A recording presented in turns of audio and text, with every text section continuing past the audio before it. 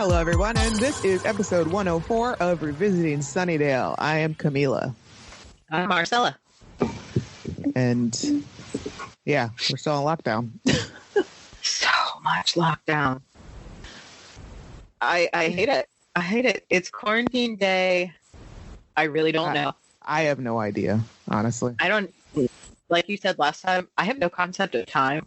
No, I keep thinking things happened like a week ago and it happened yesterday. Yeah, exactly. There's only yesterday, today, and tomorrow. Like, I don't... like, I don't get idea. it. No idea what any of this is anymore. Mm-mm. What do you miss most? The happiness I used to feel when getting an Amazon package. I still get Amazon packages. Oh, I still get them, but now I gotta Lysol them down, and leave them outside for like, You know, we did not do that. We're not doing that. I gotta like at all. Put on a mask and gloves and everything. It's just too much. Like, yeah, I drew. Yeah, you know, you gotta draw a line in the sand somewhere. And I was like, I'm not Lysoling everything. I'm just not doing it, especially to take something out of a box that is shrink wrapped, and I'm gonna take it out of shrink wrap. I'm just not. I can't, and I don't want my immune system to be that compromised that I can't even take a little. I don't know what. I'm not doing it. Oh yeah, I mean, you know, if there weren't a baby here, right? You got a baby, yeah. Right. You got a baby to worry about. But it's just me, like, me and Suge, me, Suge, and Raven, and we're not doing that. So, like, you know, stuff like that, or just like, you know, being able to go somewhere. Yeah, I'm sure I'll miss going to the movie theater because Lord knows when I'll feel comfortable to do that again. And although I have said for years that I would pay a premium price to be able to watch a new movie at home. I do appreciate what they're doing, like very much so. Like I miss the theater experience, but truth be told, let's just say if, like, you know, I really had the option to go to a movie theater, get in my car, like take a shower, get dressed, get in my car, go drive to the theater, pay for popcorn and all that jazz, as opposed to, hit buy $20 right there. Right. Boom. Which I did with the Vin Diesel Bloodshot. I was like, well, yes, I wanted to see that. I know it's not going to be good, but it's going to be fun. And I can disconnect and not think about COVID for an hour and 38 minutes. Yeah, exactly. You know, and that's exactly what it was. It was a fun thrill ride that I enjoyed. And on second viewing, we'll enjoy mocking. Because my mom watched it and she said she enjoyed it, but looking at Vin Diesel in like camo, like he looked really weird with a helmet and a gun, because he never uses a gun. You know, he uses his mitts most of the time. Right. Yeah, I guess so. And just to see him like that, she was like, he looked weird, but I liked it. I enjoyed it. Yeah, I know what I'm getting myself into. Yeah, like, you know, it's not going to be cinematic genius by far. It's like, you know what, my expectations are real low here, so anything better than what I'm expecting is awesome. Like, we're doing great. Like, now I draw the line at renting a movie for $20. I'm not doing it. We may have talked about it before, but that movie The Hunt, which I really wanted to see, I'm not paying $20 to rent it. Yeah, I was kind of jazzed. I was kind of upset about that, but I did it. I you really did with The Invisible Man, right? Yeah, that too. And I really you did it for both? I enjoyed both of them. Like, and I also thought about it, like, you know, if Dan and I were to both go to the movie theater, like, we would probably be dropping like 30, 40, you know, with like snacks at minimum. That stuff. So yeah, exactly. So, you know, it was fine, but, you know, both of them totally worth it. I really liked them. What I was not happy with was I purchased The Gentleman by Guy Ritchie's new film. I liked it. Did you? I did. God. It missed. I guess my expectations were too high because Mom and I saw it in the theater. I really enjoy like Lock, Stock and Snatch and Sherlock Holmes and King Arthur, because and like none of that stuff that Guy Ritchie is known for is in this movie. Yeah, like the only thing except for his twisted way of telling a tale.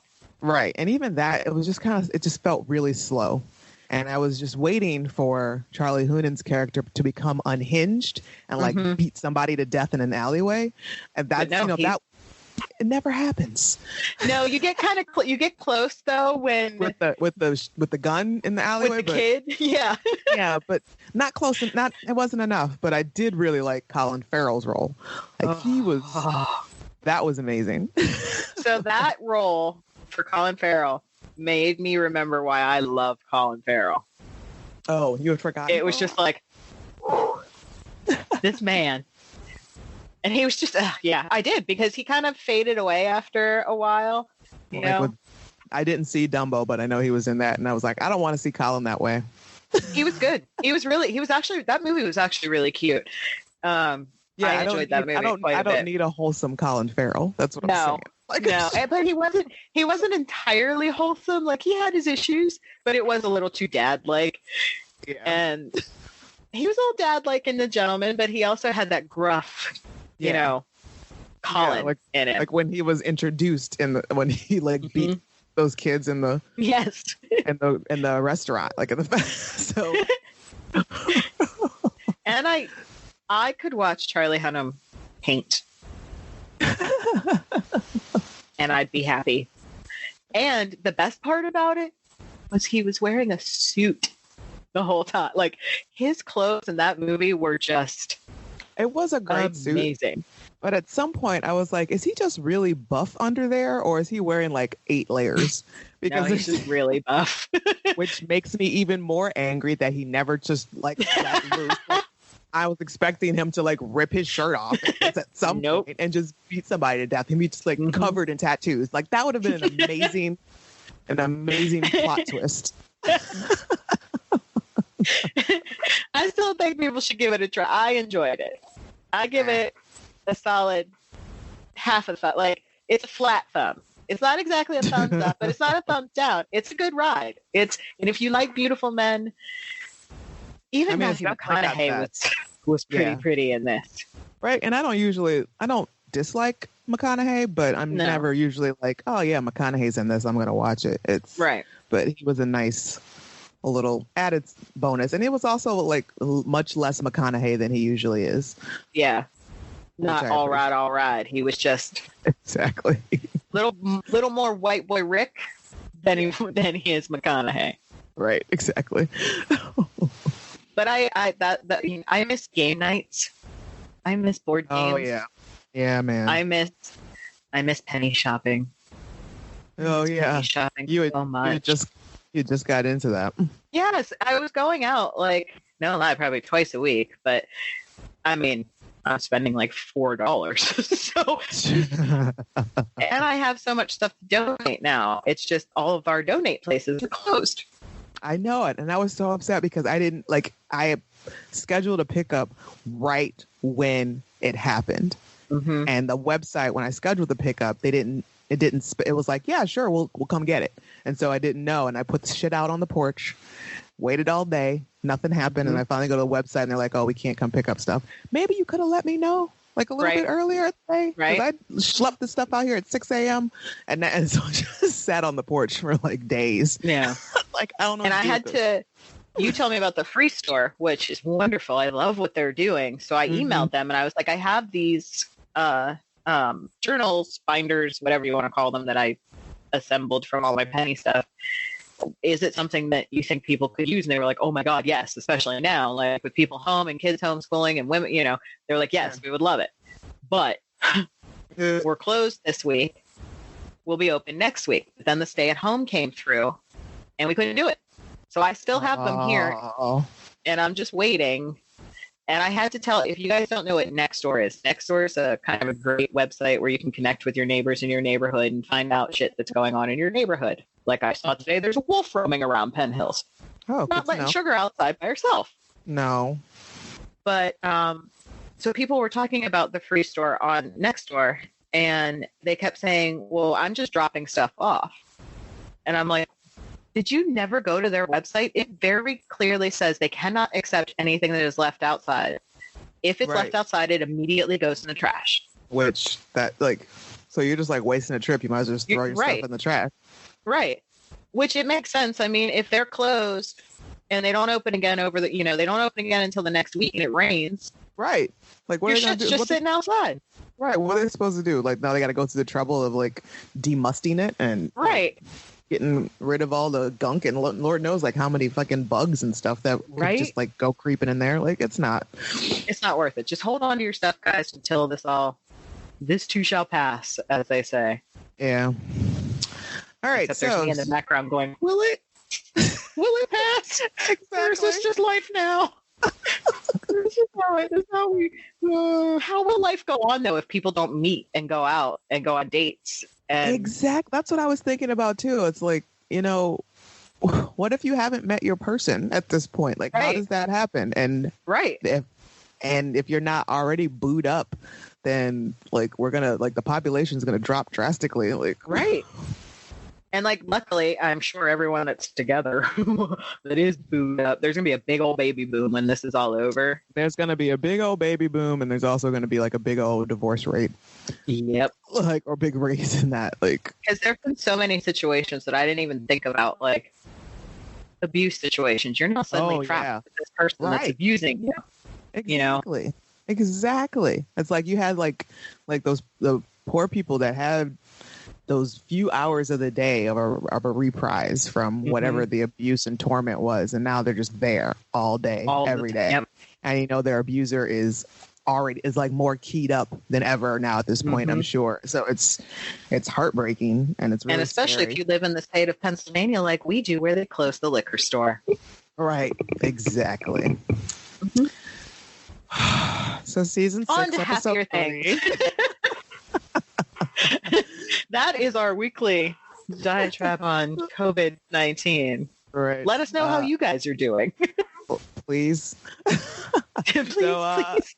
Please. I just want some more connect. I just want to talk to more people. Season 6, episode 3, Afterlife. Original air date October 9th, 2001, which leads me to believe that I had the dates wrong on the last episode. So I was going to, you know what? I'll look it up while you... This was written by Jane Espenson, directed by David Solomon. Buffy and her friends battle a demon that may have hitched a ride with Buffy as she crossed into the world from another dimension.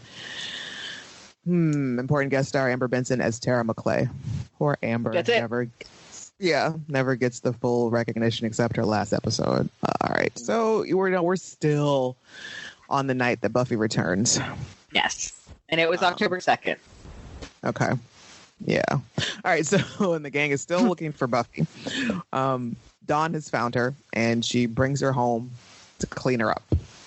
Yep. Because important side note, kids, they didn't have cell phones. Right. There were no cell phones where they could have just texted and been like, I got Buffy, meet me at home. Right. Nope. You had to like kind of guess and wonder what was going on.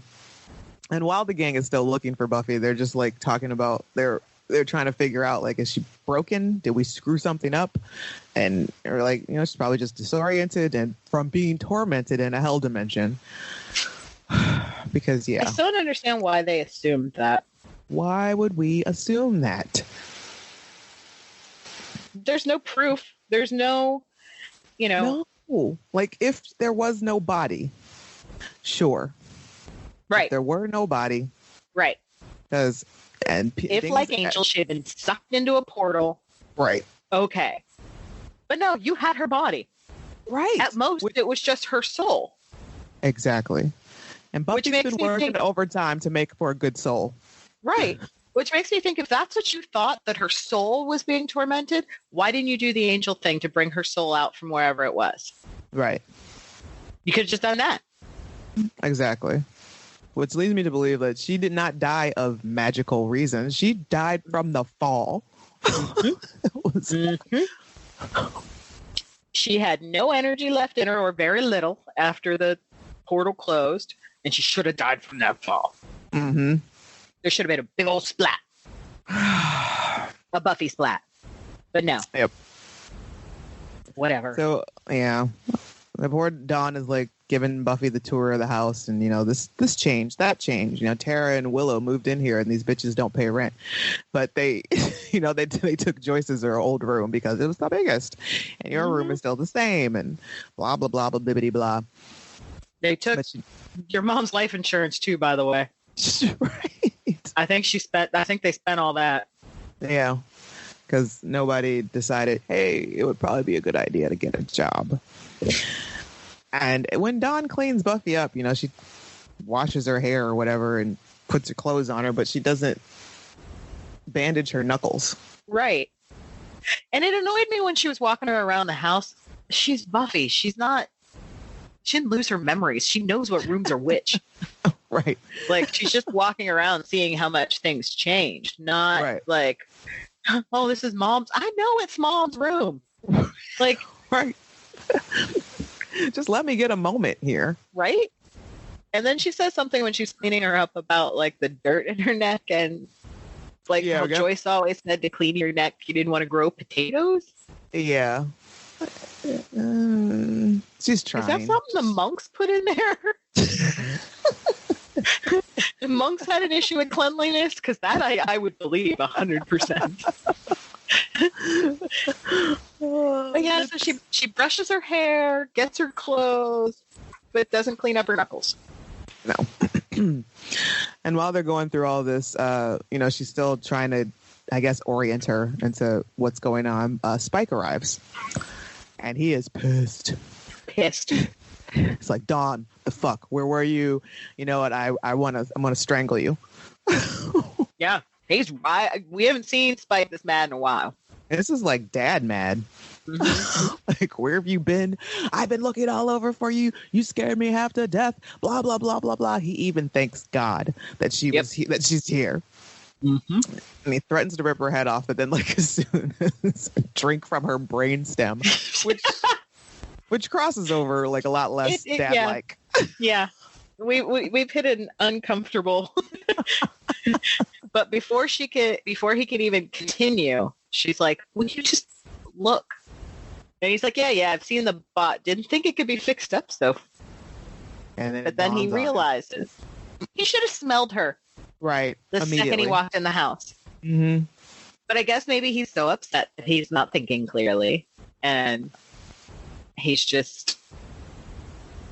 And the look that he gives her as she walks down, like. The man has perfected a head nod, like a head tilt. Yeah.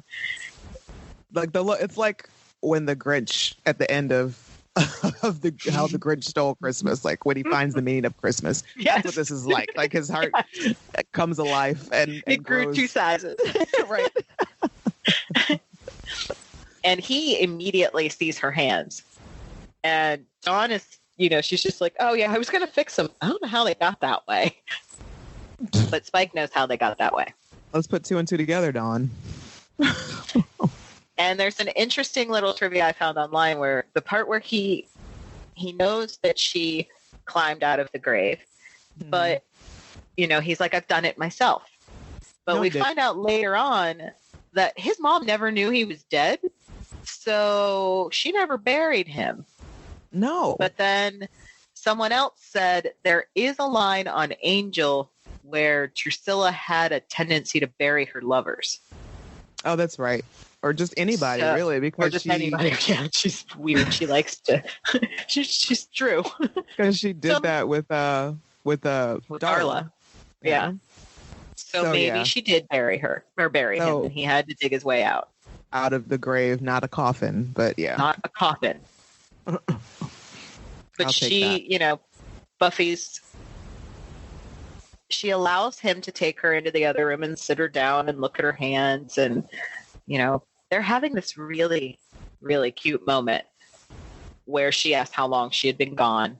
And he tells her 147 days, 148 today. He's been counting every single day. And he just since he failed. Right. And he just looks so heartbroken. Mm-hmm. And you can, oh God, James Marsters did a bang up job in this episode because he really did. You can feel everything he's feeling by just watching him, like just the slightest looks, just like the whispers that he's delivering. It's amazing. It's wonderful. He knocked it out of the park. Yeah. And as they're having this moment, the gang comes rushing in. And I love, they're all chaos, and he just you just see him get up and just ugh, and walk off, just ugh, these. And he leaves. Guys. He's out. He just leaves. And overwhelming her. Yeah, they leave no room for what was happening. They leave no room for anyone. They're all again being still being very selfish. Mm-hmm.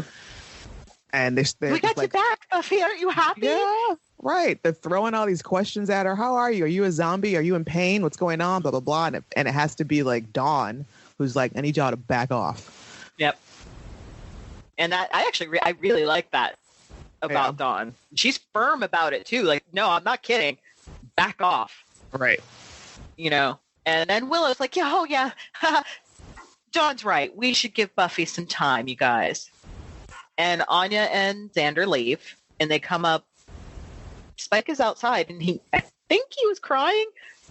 Yeah. I'm not entirely sure. He's just real pissed because he slams Xander up against the wall, and you can see him wince in pain from the chip, but he bears it anyway.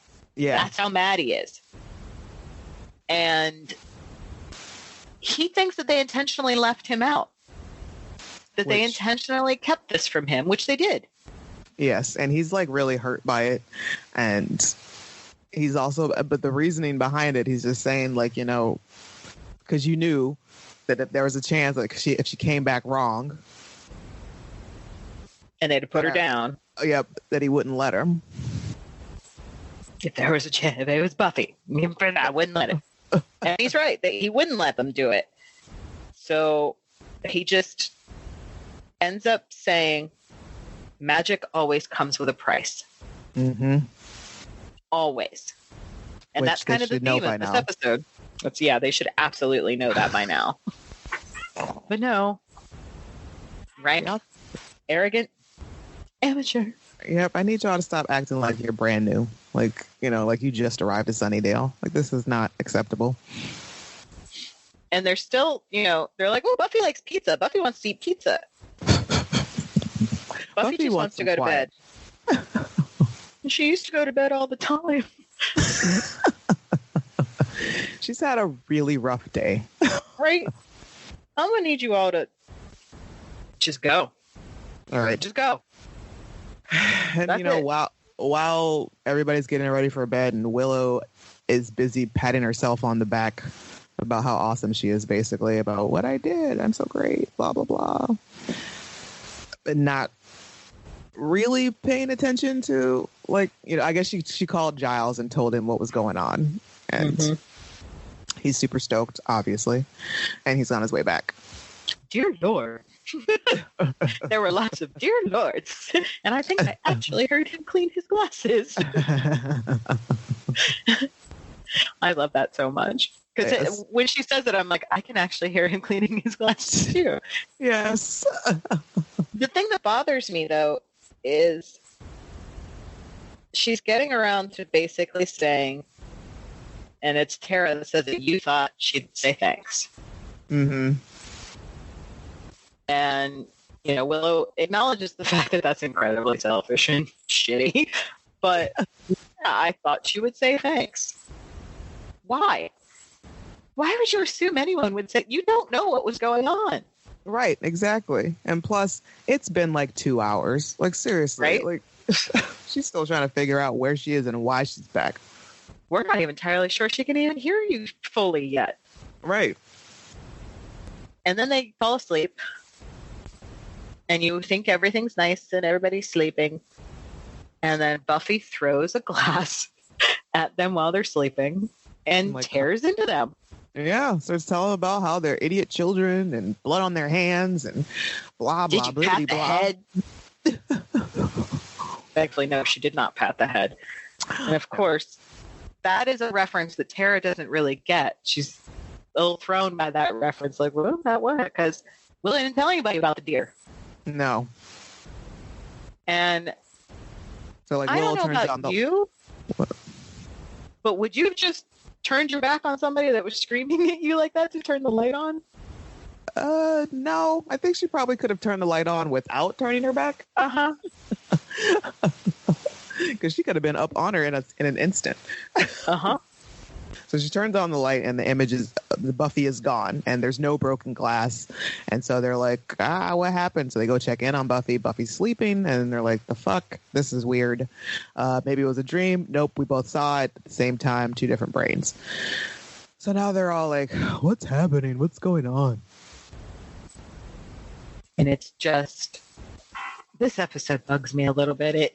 It starts off really well for me. And then when we start seeing all of the different hallucinations is where it kind of goes off the rails for me a little bit. A little bit. And I kind of lose interest in it when I'm watching. I'm like, okay, whatever. Yeah. So long story short, Buffy has brought back a hitchhiker, as the summary said. And so this hitchhiker is like randomly possessing everybody. Buffy, throws the orb. Anya cuts her face up. Dawn breathes fire. Yeah. The Anya scene is actually terrifying. It is a little random. Horrifying. And it's one of my random trivias for this episode is that in the UK, so she comes into the room while Xander's sleeping and she's laughing maniacally while cutting her face up. Mm-hmm. For whatever reason, in the UK, they trimmed that episode to just show her laughing and then collapsing. They cut out the face slashing part. Huh. Which leads me to think, like, what did they do about the Willow line that you chose as the burn? How are we, I'm not sure you looked real glamorous, or I'm sure you looked real glamorous cutting up your face. Right. Like, the crowd would have been like, what do you mean cutting up your face? Like, what are we talking about? I don't know. I don't know what that means. I don't know. I wonder why they decided why they cut it out. I don't know. But we find out that it's tomogenesis. That's what Willow screams when she figures it out. Tomogenesis. Okie dokie. And she's trying to explain that it's like, how does she say it? Like you get something and, you create something and the universe lets you have it, but you also have to take this too. Right. And it's Anya's that is like, that's not a consequence. That's a gift with purchase. Right. It's like, it's not so much a payment as it is a gift with purchase. Which she's not wrong. She's not wrong. Like, Willow, you explained it wrong. Uh-huh. And so they each have to deal with these stupid hallucinations. And of course, it's when they realize that it's tomogenesis and that it's just going to dissipate, they just have to wait it out unless it kills Buffy. And of course, that's when Xander gets his hallucination and it's like, thanks for the info. And it's like, God damn it, you guys. So now it's off to kill Buffy. In the meantime, Buffy goes to visit Spike because who's like kind of in the middle of a little breakdown or a little temper tantrum. He sure is. He's beating the walls. He's so upset. He's like cracking up. He's like doing his like crazy laugh and his drunk laugh. Yeah. The best little. I love that.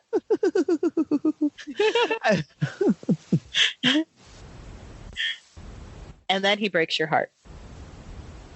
100%. Mm-hmm. By apologizing to Buffy.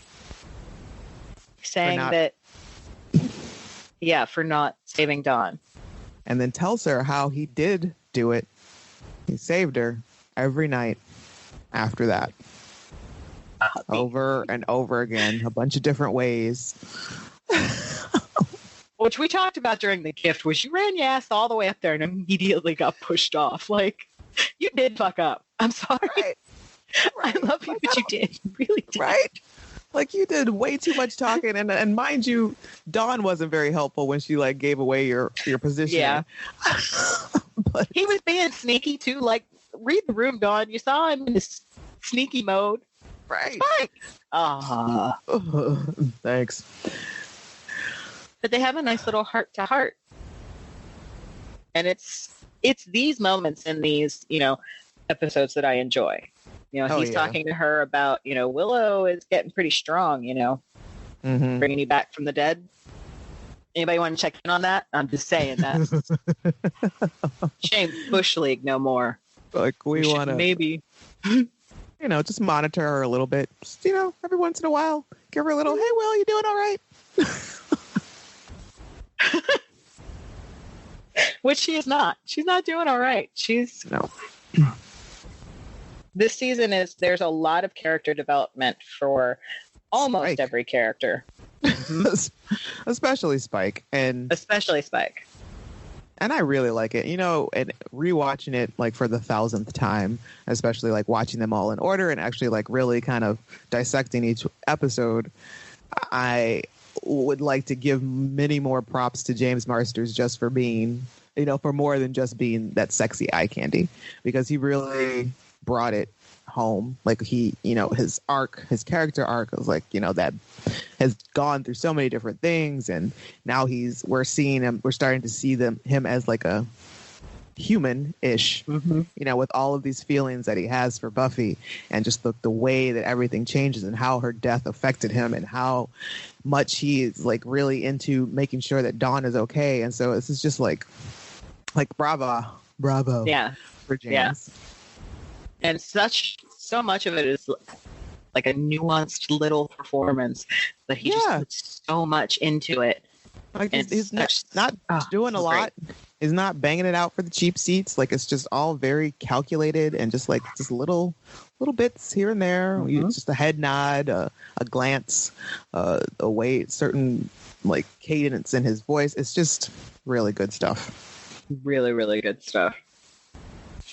Buffy comes home after her little chat with Spike, and right away, the demon is like floating around, talking shit.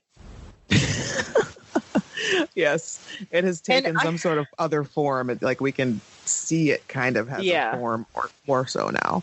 Kind of reminds me of the ghost that was in the beginning of Ghostbusters 1. Yes.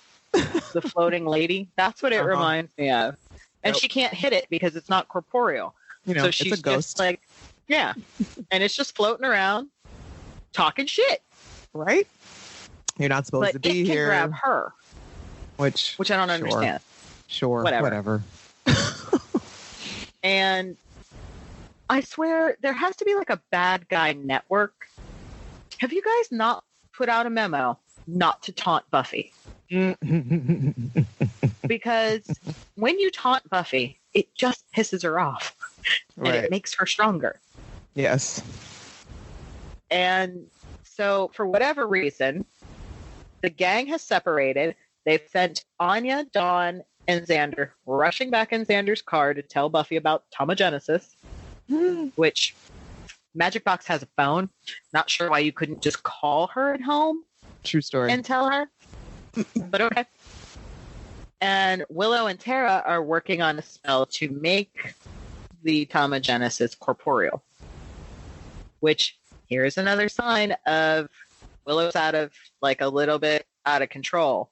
Her and Tara are doing the spell, and they're saying the same words, and they're doing their little thing. And after a while, Willow's not doing the spell anymore. No. She takes over and just finishes it on her own. Which, I guess this is supposed to let us know, like, because she started, because she did the spell. This was black magic to bring Buffy back. She did the spell. She's the one technically who brought this thing over, this hitchhiker who caused it or created this demon or whatever. And so now it's just kind of outside of her control a little bit. Like she's got something that's taking her over, and it's getting weird. It's getting real weird. Real weird. So now see, if I was Tara at this moment, like you witness her eyes go all black, things get real crazy. Just all of a sudden, you're no longer needed for the spell. Right. Afterwards, we're going to talk about this later. Down. Right. Yeah. Once it's all said and done, we're gonna have a nice little sit down, grab some coffee. I want to talk to you about something. Let's figure this out.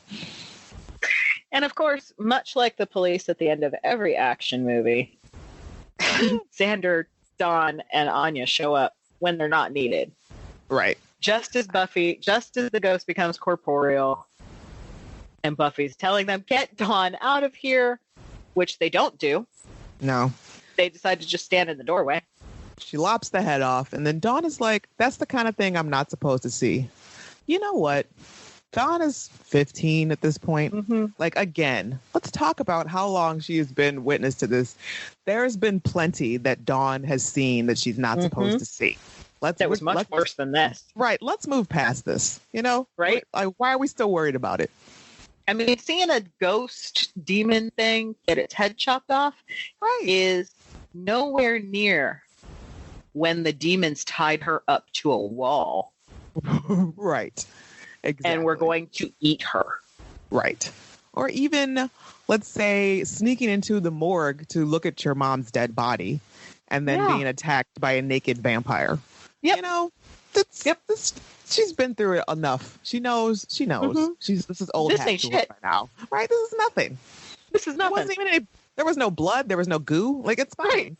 Just a head. Okay. We worried about this for the whole episode. She just lopped that thing's head off real quick, and now we're done. That's and it. The next day, Dawn's going to school, and Buffy's runs out, and she's like, "You forgot your lunch." And she's all dressed to the nines. Like, she's not like I'm a little. Yeah, I'm more thrown off by Buffy's outfit. Yeah, me too. Like, I kind of, I have no frame of reference for what it's like to be brought back from the dead.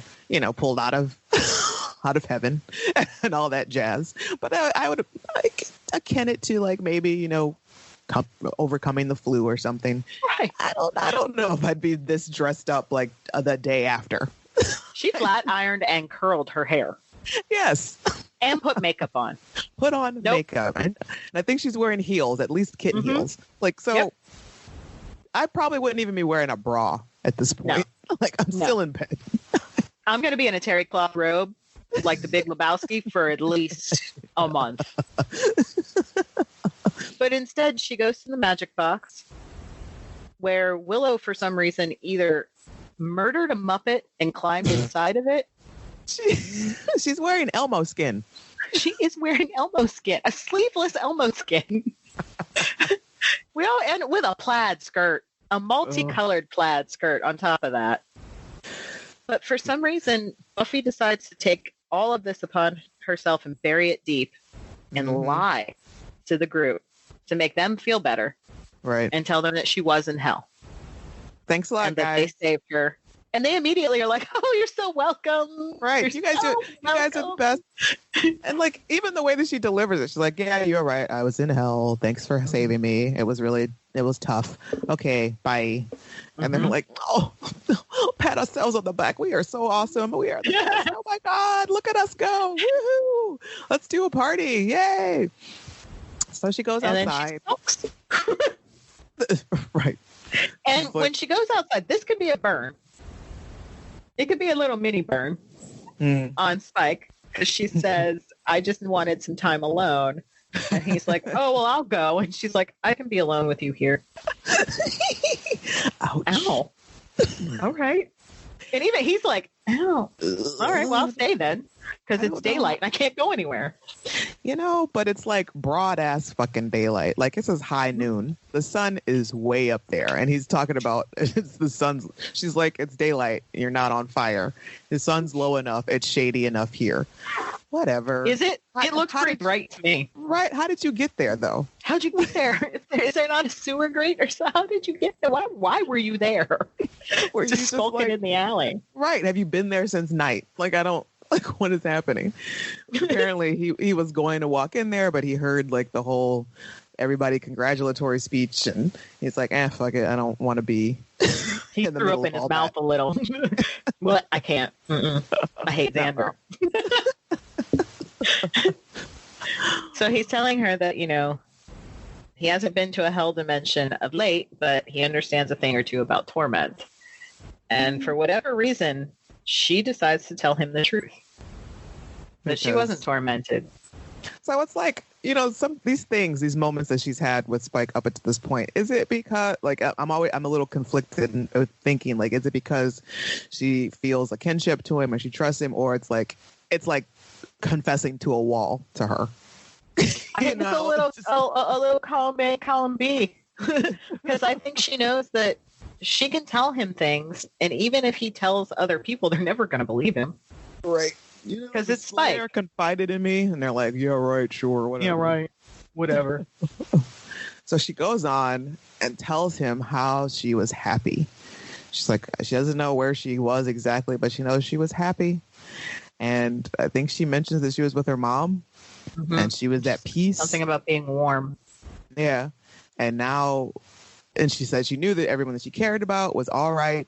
And now she got ripped out of that and everything is hard and just cold. And bright. Yeah. And violent. Yeah. Which, yeah, she got like literally like thrown right back into that. There was no easing back into the world.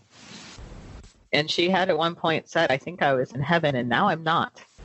And she says very plainly, this is hell. Hell is on earth. This where she is right now is hell. And she knows what she's lost.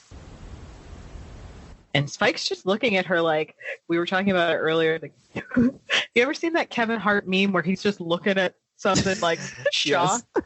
Right. That's what Spike just has. He's just like, as he never like says a word. Right. As it's just like slowly, you see it just like slowly making sense in his brain. He's like, oh.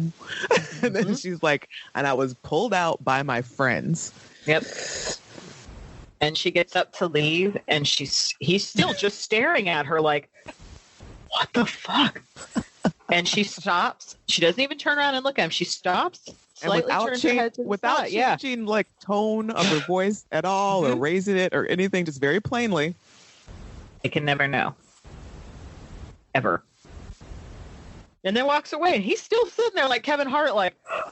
And didn't she even tell him, like, and if you tell them, I'll kill you? No, she just said they can never know. Gotcha. Ever. And because he loves her, he does not say a thing. Right. And it's also like, you know, after she spills all this to him before she's like, you know, they can never know. There's this realization that comes on her face. Like, oh, yeah, I can't believe I just really said all that out loud into you. Into you. And to even just props to Sarah also for that scene in itself, because that's it. And that moment, like when she lies to her friends about where she was to the end of this, that's what makes it the best part of this entire the episode. First 10 minutes and the last 10 minutes. Right. The 30 in between. I could do without, because this is what sets us up for the rest of the season, and it's very important. And and that's a nice little cliffhanger too. Like for the moment, you're just like, oh, because I mean, I would imagine most of us upon first viewing, we're probably already thinking that she wasn't in hell. There was no way that Buffy was in a hell dimension. Y'all just doing this. Y'all being real extra. So to have that confirmation, or then to have just like, holy snap, like she was not in hell. So just it's good writing for the end of it. Yeah. And to be stuck with that knowledge, both of them now. For Spike to have to wander around knowing that, and for her to have to be feeling that, but to have to set it aside and be all cheery and happy and Buffy, and it really kicks off Buffy's most irresponsible year. Oh, yeah. From this point on, she makes a lot of decisions that are directly related to what happened to her. Yep. Now, we don't have a song of the week. We just have Thomas Wanker's original score. What an unfortunate last name. I know, right? Hey, Wanker. Imagine children are merciless. Was it Tommy Wanker? Wank, wank, wank. I can just imagine the things that were said to that poor man. Oh, thing. You had a burn, which is good. Right. When after Dawn breathes fire, and after she's possessed and breathes fire, Anya's like, oh God, did I look like that? And Willow's like, no, I'm sure you look real glamorous cutting up your face. I laughed for a longer time after that. And I have another one that comes from the Homogenesis ghost itself. When it's talking shit on Buffy, it tells her, you won't even disturb the air when you go. That is an ultimate burn right there. Like, I am just waiting to use that on somebody right in real life. Like, that is you just called me less than a fart, basically. Like Because that's one of those, that's a thinker. Like, if somebody were to say that to you, you'd have to stop for a second, like, and then once you really, really thought about it, it's like, wow. Yeah. Wow. It's like, oh, okay. Like you said, less than a fart. Less than a fart. You just called me less than a fart. Wow. I need to deal with that. Right. Hold on. I'm going to go talk to my therapist real quick because I don't like where you're coming from. The Buffy Wiki, we checked the bodies dropped on the Buffy Wiki, and there was only one this episode, which was the Child of Words, Tomogenesis, beheaded by Buffy with an axe. Like, did they have like a special on axes this year? We had an axe last week. We get an axe this week. Too much axing. Spectral test. Man. Does it have that? I guess. It's got to. Yeah, especially when Tara and Willow are in bed, they're talking about Buffy. Yeah. So, yeah. And then the Tomogenesis ends up being a female-shaped form. So there's not a lot of talking about, like, I think so. Right. A couple random trivias. The motorcycle that Spike took from the Hellions in Bargaining Part 2, he's still riding it through most of this season. I love it. We last see it in Empty Spaces, which we know from Spike as a character. When he acquires something, he hangs on to it. Yes. He has had that coat for a really long time. Yeah, like what? It's the 70s? So. Yeah. And one of the things I love about Angel, the series, is the 5th season episode when they go to Italy and they go to the Wolfram Hart branch in Italy. Yeah. And they give him a new coat. Like, he was so upset because his coat got ruined. But They gave him another one, and they sent like a whole truckload of them to the office, and he's so pleased. It's like, oh, now I've got like 50 of them. That's great. Right. I don't have to be so precious with this one. Right. We find out in the Angel episode, Inside Out, that Skip, who is one of my favorite demons on Angel. Love him. He mentions Buffy coming back from heaven. He says, you don't come back from paradise. Well, a slayer. Once. That's awesome. It's so funny. And then my moral of the story with this one is beware a gift with purchase. They're not always good for you. This is true. They're really not. You don't know how many like weird random makeup and facial type stuff I have just because I just wanted the perfume. Right? I didn't want that whole 50-piece set that came with it. It smells like an old lady. Why? All right, y'all. Let us know what you thought of Afterlife, and you can leave us you can record an MP3 file at less than 2 minutes and email it to revisitingsunnydale@gmail.com. Or you can just, talk to us on Twitter at Back to Sunnydale or on Facebook, Revisiting Sunnydale. Next week, we've got Flooded. Or as I like to call it, AKA Full Proper Repipe. And we finally get to meet our nemesis for the season, the trio, Lauren, Andrew, and our returning favorite little dumpling, Jonathan. Oh, bless their hearts. This is when things get weird. Because they're so nerdy. Like, the things that they do are so strange. Right. I mean, they'll eventually like ramp up to like full blown murder, as we know, but still, like it's just like it gets a slow trek uphill with these guys. And yeah, it's a real slow trek. But I do love the way they introduce these characters to us. Oh yeah. It'll be a fun time, and then just to see like where everybody goes off after that, and and that's when Andrew Lank quickly becomes one of my favorite people. So, or not Andrew, Tom Lank. Tom Lank. He must have made an impression on Joss because he was in an episode last season. He played, I think his name was Cyrus, one of Harmony's minions. Right. So, and he must have made an impression because now he's a full-time, part-time regular. He doesn't get to be in the credits or anything, but he's there a lot. And then like he goes on, he's like this season and then the next season, and then he's in an episode of Angel. Like one or two episodes, maybe. I don't know. 2 episodes actually. He's in the Italy episode and then the episode where they have to find that crazy ass Slayer. Right. Which a great episode.